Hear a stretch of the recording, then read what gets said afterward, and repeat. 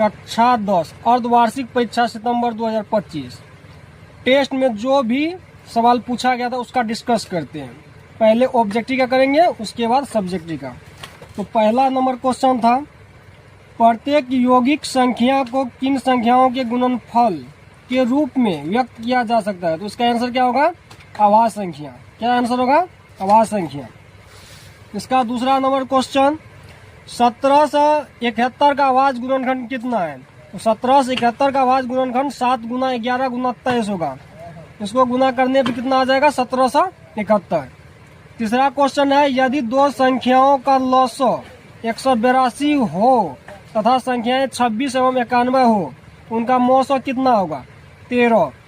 13 से भागा लगाइए तो 13 दूना 26, 13 सत 91, ये भी कट जाता है 13 से, इसलिए मौसो 13। उसके बाद रैखिक समीकरण a1x plus b1y plus c1 बराबर 0, a2x plus b2y plus c2 बराबर 0 का अद्वितीय हल होगा। तो a1 बटे a2 बराबर b1 बटे b2 बराबर नहीं c1 बटे c2। रैखिक समीकरण a1x plus b1y plus c1 बराबर 0 तथा a2x plus b2y plus c2 बराबर 0 में यदि ऐसा रहे तो कौन सा हल होगा? अद्वितीय हल। कौन सा हल? अद्वितीय हल।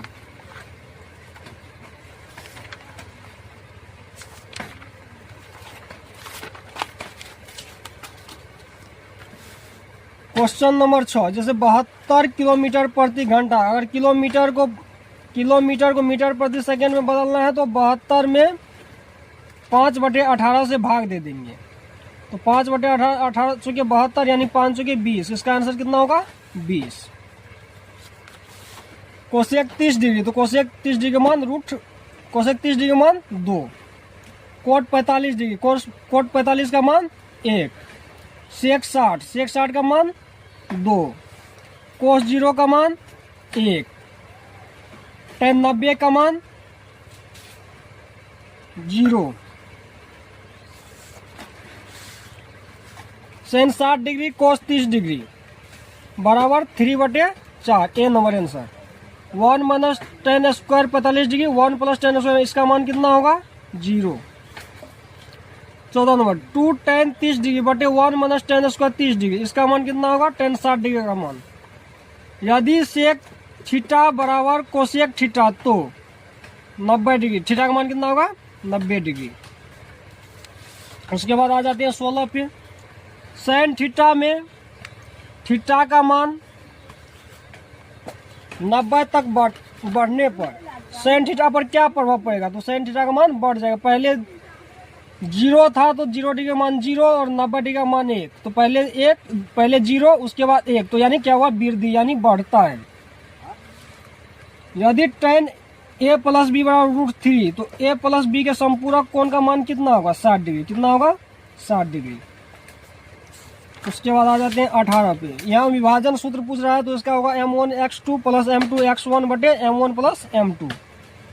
उसके बाद 19 नंबर, बिंदु 4-3 तथा 8-5 को मिलाने वाली रेखाखंड को 3:1 के अनुपात आंतरिक रूप से विभक्त करने वाली बिंदु की कोटि होगी। कोटि पूछे तो 3 होगा और भुज पूछे तो 7 होगा। कोटि 3 और भुज 7। उसके बाद आ जाते हैं 20 नंबर, बिंदु -1 7 तथा 4-3 को मिलाने वाली रेखाखंड को 2:3 के अनुपात में आंतरिक रूप से विभक्त करने वाली बिंदु का भुज होगा। तो भुज 1 होगा और अगर कोटि पूछे तो कोटि 3 होगा। भुज कितना होगा? 1 पूछा गया है भुज, तो भुज 1। बात करते हैं 21 नंबर, दो समरूप त्रिभुज की भुजाएं क्या होती है? संगत। दो त्रिभुज है अगर ABC PQR, तो संगत भुजा के भुजाएं पूछ रहे हैं। तो जैसे AB है तो PQ का क्या होगा? PQ समानुपाती हो जाएगा। PQ क्या होगा? समानुपाती। त्रिभुज ABC समरूप है DF तथा कोण BAC बराबर कोण EDF। तो AB बटे BC है तो AB बटे AC बराबर क्या होगा? DE बटे DF। यदि त्रिभुज ए बी सी समरूप त्रिभुज पी क्यू आर तो कौन सा विकल्प असत हो गया? कौन सा विकल्प असत होगा? तो डी नंबर क्या होगा? असत होगा। पूछ रहा है अर्धवृत्त का कोण का मान कितना होता है? अर्धवृत्त का कोण का मान 90 डिग्री होता है। अर्धवृत्त का कोण का मान 90 डिग्री। पूछ रहा है त्रिभुज पी क्यू 24 है, पी आर 7 सेमी है, तो ओ वृत्त का केंद्र तो ओ क्यू कितना होगा? ओ क्यू कितना होगा? 7। ऑप्शन में 7 नहीं तो इसमें आंसर क्या होगा? इनमें से कोई नहीं। यदि समबाहु त्रिभुज की भुजा लंबाई x हो तो इसकी ऊंचाई x√3/2। उसके बाद बात करते हैं कौन द्विघात समीकरण का उदाहरण नहीं है? तो डी नंबर क्या है? उदाहरण नहीं है। 31 नंबर, यदि दो संख्याओं का योगफल एवं गुणनफल 27 और 182 है तो देखना है कि कौन संख्या दोनों में भाग लगता है। तो 13 से दोनों में भाग लगता है तो इसका आंसर क्या होगा? 13 14 यानी ऑप्शन ए। उसके बाद 2x² - 5x - 3 इसके बराबर क्या होगा? D number option. फिर 2x² - x - 3 बराबर क्या होगा? इसका भी आंसर डी होगा। कोसेक 90 डिग्री माइनस थीटा बराबर क्या होगा? Sec theta. साइन थीटा बराबर कोस थीटा, तो थीटा का मान 45 डिग्री। साइन 18 डिग्री बटे कोस 18 इसका मान कितना होगा? 1 होगा। इसका मान 0।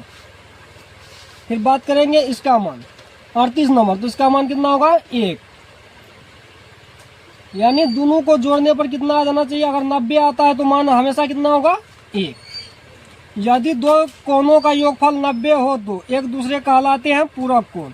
यानी दो कोण का मान 90 हो तो पूरक और दो कोण का मान 180 हो तो समपूरक। वैसी संख्या जिनका दशमलव % न शांत हो न आवृत्ति हो तो क्या कहलाती है? अपरिमेय संख्या। क्या कहलाएगी? अपरिमेय संख्या। 42 नंबर, इसका आंसर क्या होगा? 1 डी। अपरिमेय संख्या नहीं है, √9 अपरिमेय संख्या नहीं है, कहेगी टूट के कितना हो जाएगा? 3। इस कारण से अपरिमेय संख्या नहीं है। यदि द्विघात समीकरण का विवेचक 0 हो तो मूलों की प्रकृति क्या होगी? वास्तविक और समान होगी। 2x² - 3x + 5 बराबर 0 विवेचक होगा -31। x² + bx + c का विवेचक कितना होगा? b² - 4ac।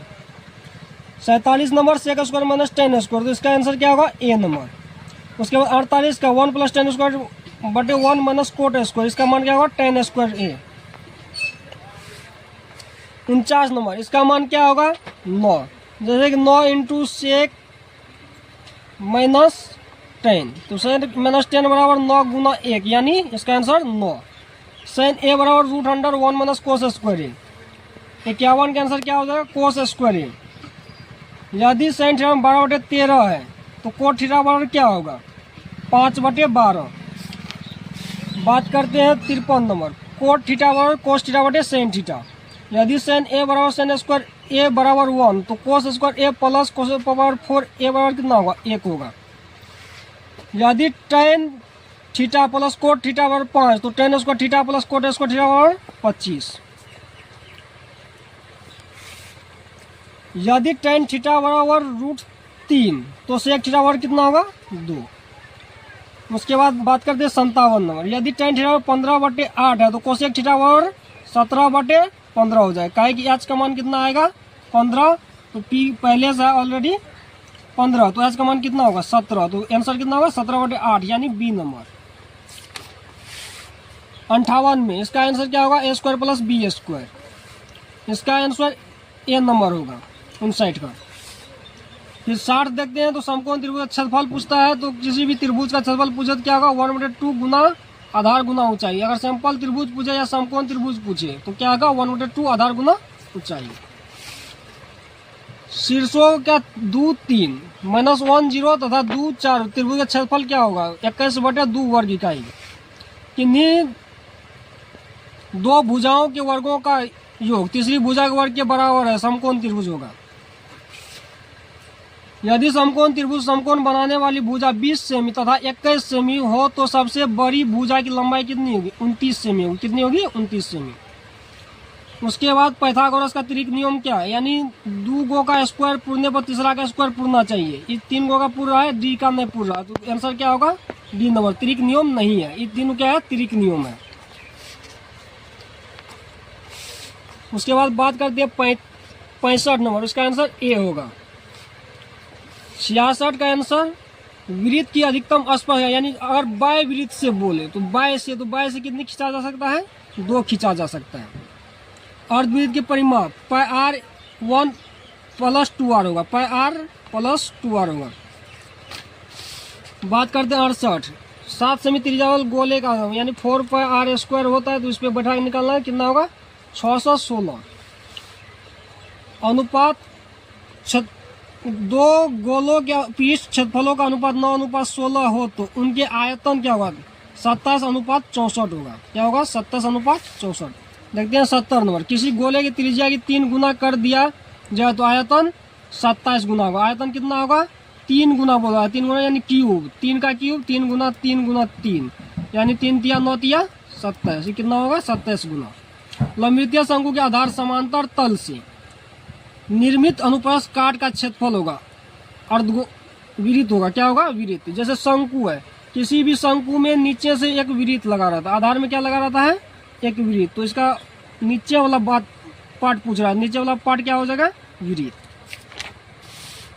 समबाहु त्रिभुज क्षेत्रफल √3/4 भुजा स्क्वायर होता है। एचपी स्क्वायर किसका है, पाइथागोरस का। उसके बाद 74 नंबर, यदि गोले का व्यास 14 सेमी है तो इसका आंसर होगा 1437.1/3 सेमी क्यूब।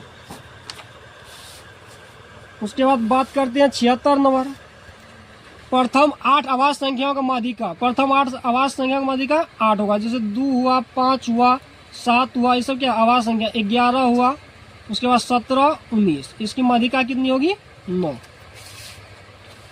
श्रेणी से कम या श्रेणी से अधिक विंशत वर्ग अंतराल द्वारा सांख्यिकी आकृति का निरूपण बरम्बारता बहुभुज कहलाता है। क्या कहलाता है, बरम्बारता बहुभुज। इसका 12 sin स्क्वायर 60 - 3 tan स्क्वायर, तो 12 इसका तोड़ेंगे तो 12 sin स्क्वायर यानी sin √3/2 का स्क्वायर -3 tan स्क्वायर यानी 1 यानी 4। 12 गुना 3/4, 4 से कटे 12, 4 तिया 12, 3 तिया 9, 9 में से 3 घटा तो 6। इसका आंसर हो जाएगा 13। 80 का लास्ट क्वेश्चन, इसका कितना आंसर होगा, ए नंबर। अगर वीडियो अच्छा लगे तो शेयर कीजिए।